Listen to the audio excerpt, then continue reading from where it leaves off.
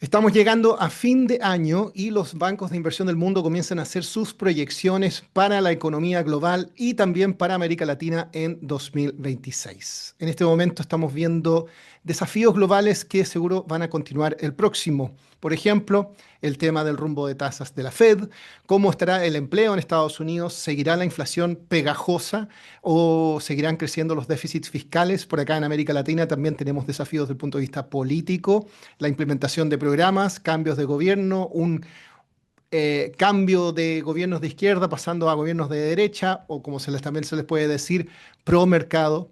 Uno de los bancos que ha estado publicando un reporte con perspectivas es el Banco Santander. En este reporte, en su editorial, hablan sobre el mundo y su cambio de globalización plena, un mundo con globalización plena, a una era de las autonomías estratégicas. Para hablar sobre esto, sobre otros temas y también profundizar con Chile, estamos con Andrés Sansone, economista jefe de Chile para Banco Santander. Andrés, muchas gracias por acompañarnos en Bloomberg en español.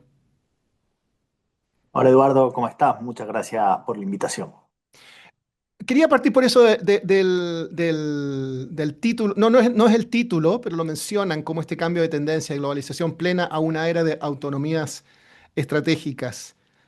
Si podías profundizar un poco sobre eso. Eso tiene que ver, me imagino, a primera vista con el tema de la guerra comercial. A ver, la economía mundial en los últimos años ha estado muy marcada por incertidumbre y volatilidad, pero bajo esa superficie se esconden transformaciones más profundas. Estamos pasando de lo que es una hiperglobalización a una etapa de autonomías estratégicas. Es difícil poner la fecha exacta de cuándo esto comienza. Tenemos la mayor participación de China en el protagonismo de China en el comercio mundial, la pandemia, la invasión de Rusia a Ucrania, el rompimiento de las cadenas de global, pero estamos pasando entonces de esta full globalization a esto más de autonomías estratégicas. Y a eso se le suma el desafío, lo que llamamos la triple transición, que es el envejecimiento poblacional, la irrupción de nuevas tecnologías como la inteligencia artificial y el cambio climático. Eso es básicamente los principales desafíos que tendremos en los próximos años y que estamos viviendo un poco bajo la superficie. Dentro de eso estamos viendo, bueno, hay que enfocarse en la gran economía del mundo, Estados Unidos, porque de ahí nace mucho de esto del tema del cambio del mundo comercial y de plena globalización como teníamos. Pasemos a hablar sobre Estados Unidos. ¿Cómo están viendo la economía de Estados Unidos para 2026? Porque como decía yo en la introducción, hay temas como, y lo relacionas tú con el tema del envejecimiento mundial, está el tema de la preocupación por déficits, burbuja de inteligencia artificial. Artificial. ¿Por dónde quieres partir? ¿Cuáles son las proyecciones principales para Estados Unidos?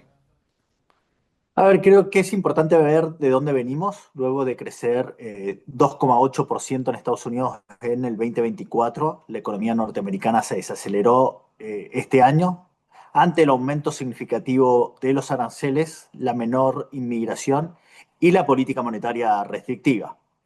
No obstante, si lo vemos en perspectiva y nos paramos un año atrás, esta desaceleración ha sido menor que la que se esperaba inicialmente. Eh, Parte de esto podría estar asociado a un adelanto de las importaciones por parte de las empresas ante las perspectivas de la entrada en vigencia de estos nuevos aranceles. También las condiciones financieras han sido favorables, hemos visto un mercado de valores que ha seguido subiendo. Y finalmente ha habido exenciones arancelarias en algunos productos que al final son claves en la cadena de valor. Y si a eso le sumamos la fuerte inversión relacionada a la inteligencia artificial, esto ha ayudado a evitar una desaceleración más pronunciada de lo que se creía inicialmente. Ahora, no obstante, la magnitud del aumento arancelario todavía sigue siendo incierto. Y lo que estamos esperando es que el crecimiento de Estados Unidos toque fondo durante este semestre y principios de 2026 para ya después acelerarse gradualmente de la mano de una política fiscal algo más expansiva por la rebaja de impuestos y sacando provecho de la desregulación que ha llevado la nueva administración en Estados Unidos. ¿Y cómo ven el lado de tasas de la Fed? Porque está el tema de la inflación y la debilidad del mercado laboral, que siguen siendo preocupaciones muy grandes en Estados Unidos. Sí.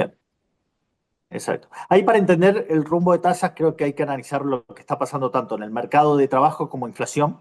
Por el lado del mercado laboral, previo al cierre de gobierno, con los datos que teníamos, habíamos visto que en los últimos meses el aumento del empleo había sido particularmente débil.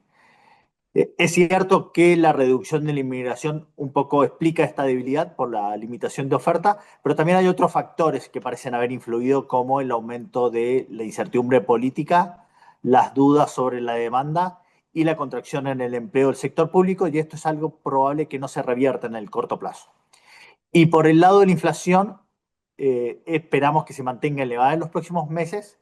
Hemos visto que el avance hacia la meta del 2% se ha estancado, reflejando obviamente el impacto de los aranceles. Hemos visto una inflación de servicios que se ha moderado, pero un aumento en los precios de bienes, y eso que mantiene los niveles altos. Con todo, prevemos una inflación que se va a mantener en torno al 3% entre este y el próximo año, para luego ya a mediano plazo empezar a converger.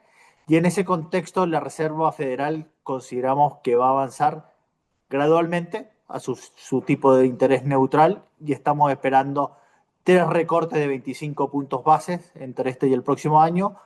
El timing un poco va a ser dependiendo de cómo vayan saliendo los datos en la economía norteamericana. De todas maneras, hay riesgos para esa proyección. Ese es como el escenario base, pero el tema de los aranceles a veces suben, a veces bajan. ¿Cómo, brevemente, cuáles son los grandes riesgos para ese escenario base? Sí, yo creo los grandes desafíos, no solo para Estados Unidos, pues parten en Estados Unidos, pero son globales, tienen que ver con la fragmentación, mayores aranceles y también los temas de déficit fiscal a nivel global. Hemos visto que a nivel global las economías han mantenido déficit por sobre los niveles prepandemia. Tenemos un ratio de deuda sobre PIB bastante significativamente superiores a lo que teníamos previo a la pandemia, pero estamos en un contexto donde el crecimiento global no ha vuelto a los niveles prepandemia. Yo creo entonces el principal desafío que van a enfrentar las economías es retomar el crecimiento tendencial, no solo en Estados Unidos, sino en todo el mundo, en todos los países del mundo, exacto. Pasemos a América Latina. Santander tiene Mm, operaciones muy grandes en toda la región, México, mm. Brasil, Argentina, Chile. Dame un vistazo de cómo en este escenario de la economía de Estados Unidos, como tú dices, dando un rebote, tocando fondo este trimestre y dando un rebote, eso debería beneficiar a los países de la región, ¿no? Sí, es bien interesante porque esta resiliencia que vimos en la economía norteamericana también la vimos en los países de Latinoamérica, donde la desaceleración de la actividad fue más leve de lo esperado. Pero sin embargo, hacia futuros hay algo de heterogeneidad dentro de la región. México, que obviamente fue el más afectado por la cercanía con Estados Unidos, se espera un crecimiento este año bajo, cercano al 0,4%, pero el próximo año debería empezar a recuperar crecimiento de la mano del mayor crecimiento de Estados Unidos, las tasas de interés más bajas y el efecto puntual del Mundial de Fútbol. Mientras que en la otra economía más importante de la región, Brasil, ha tenido un crecimiento en realidad mejor de lo esperado, pero ha estado creciendo un poco por sobre el potencial, y se espera más bien una desaceleración para el próximo año de la mano de una política monetaria todavía restrictiva. Finalmente, en Argentina tiene su propio desafío, ya ha avanzado en la estabilización macroeconómica, el ancla fiscal, la desinflación, el acuerdo con el Fondo Monetario, el Tesoro, y el principal desafío ahí es avanzar en las reformas que permitan acercarse más a su potencial de crecimiento de mediano plazo. Y en Chile, Ahora, en el caso, sí, en el caso de Chile, lo que hemos visto es también que en los últimos 2 años el crecimiento de la economía ha estado por sobre lo que esperaba el mercado previamente y también por sobre el promedio histórico de la última década. El año pasado crecimos 2,6%. Este año probablemente veamos un crecimiento más cercano al 2,4%, o sea, un crecimiento promedio en los últimos 2 años de 2,5%, pero ha sido un crecimiento bastante heterogéneo. Hemos visto un crecimiento mayor en todo lo que tiene que ver el sector exportador, mucho turismo proveniente de Argentina, exportaciones récord por el lado de la agroindustria, también buenas exportaciones del cobre, pero otros sectores como la construcción residencial mucho más rezagada. Lo mismo a nivel de inversión, hemos visto bastante heterogeneidad, un incremento bien significativo de la inversión en grandes proyectos de inversión minera en el norte del país, con una cartera de proyectos de inversión que supera para los próximos 4 o 5 años los 30 billion dólares, pero el resto de la inversión ha estado un poco más rezagada. Hacia el próximo año esperamos un crecimiento un poco más balanceado, va a ser una cifra algo menor en términos agregados, más cercana al 2%, pero va a ser un crecimiento más balanceado donde estos componentes más rezagados van a empezar a tomar más ritmo de crecimiento. De todas maneras, estaríamos pecando de ilusos si no hablamos sobre lo que acaba de pasar este fin de semana en Chile, las elecciones, y todo indicaría, según lo que dice la encuesta, no estoy pidiendo opiniones políticas, pero sí quiero ver cómo está incorporando dentro de eso un gobierno pro mercado, un gobierno como el de Cast, en eso, y quizás eso va a mejorar el ánimo de inversión, por lo menos. A ver, algo que ya habíamos visto incluso en la discusión presidencial es que los ejes sobre qué era importante para el país estaban bien alineados entre todos los candidatos. Esto es algo que no necesariamente ocurre en todos los países de la región, pero había un consenso sobre la importancia del crecimiento como eje central de la discusión. También había una valoración bien importante sobre la sostenibilidad fiscal, que es algo que no solo lo valora el sistema político, sino también lo está exigiendo la ciudadanía. En tercer lugar, se convalidaba que el tema de permisos es algo que tiene que abordarse, cómo simplificar los permisos para que la inversión pueda materializarse de manera más rápida, y yo diría que eso es uno de los principales cuellos de botellas que está enfrentando el crecimiento tendencial en Chile. Y finalmente, que la importancia de los minerales críticos, la industria como eje vector del crecimiento del país. Esos consensos son bien generalizados a nivel de sociedad. Lo que se espera es que un próximo gobierno va a tener el desafío de hacer proyectos que puedan pasar el Congreso. El Congreso, de acuerdo a la última elección, va a estar dividido, no hay una clara mayoría.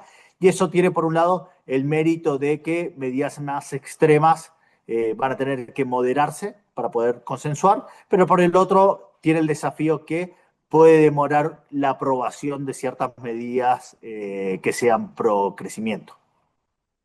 Andrés Sansone, muchas gracias por acompañarnos en Bloomberg en español. Acabamos de hablar con Andrés Sansone, economista jefe para Chile en el Banco Santander. Muchas gracias.